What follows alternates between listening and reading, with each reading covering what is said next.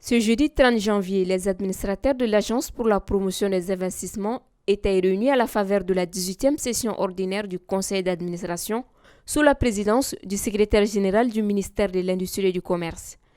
Il convient de souligner que l'API Mali est un maillon essentiel de la promotion de l'investissement au Mali à travers les multiples missions confiées à elle par les plus hautes autorités, qui vont de l'accompagnement à la création d'entreprises, la facilitation des investissements et la promotion des opportunités économiques. En 2024, l'agence a lancé un plan stratégique triennal dont la mise en œuvre débute cette année.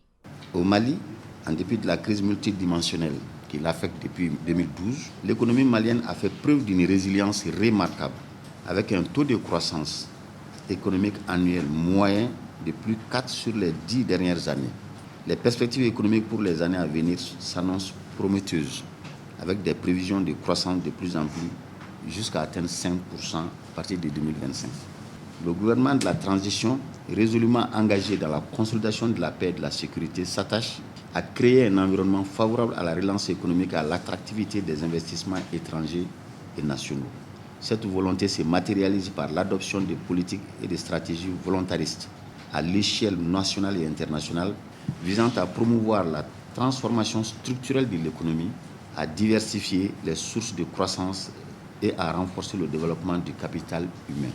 Ainsi, pour 2025, plusieurs défis et perspectives attendent l'API Mali.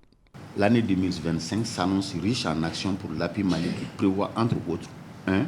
Améliorer le climat des affaires en contribuant à la mise en œuvre des réformes telles que l'actualisation de la politique nationale de promotion des investissements et la relecture du Code des investissements harmonisé des pays de la Confédération AES. 2. Poursuivre le processus de digitalisation de la création d'entreprises en ligne à travers la levée des contraintes au niveau du greffe du tribunal de commerce. 3. Élaborer une offre structurée d'investissement à travers une cartographie des opportunités et des ressources disponibles pour son exploitation. Contribuer à l'implantation et à la promotion d'agropoles.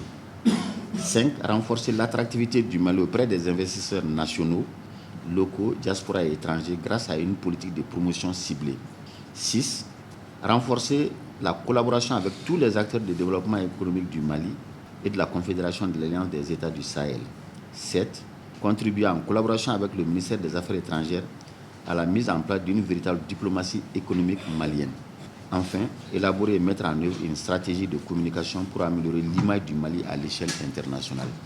Parmi les réalisations de l'API Mali, on peut noter la création de 16 709 entreprises, dont 90% portées par des Maliens, le guichet unique, 924 autorisations d'exercer et délivrées. S'y ajoutent 26 projets validés dans le cadre du Code d'investissement, 54 milliards de francs CFA d'investissement mobilisés et 1022 emplois directs générés, ainsi que le lancement de la plateforme de registration pour la création d'entreprises en ligne. Cette session du Conseil d'administration est une opportunité stratégique pour consolider la promotion des investissements au Mali. Les recommandations auront un impact positif sur l'attractivité du pays.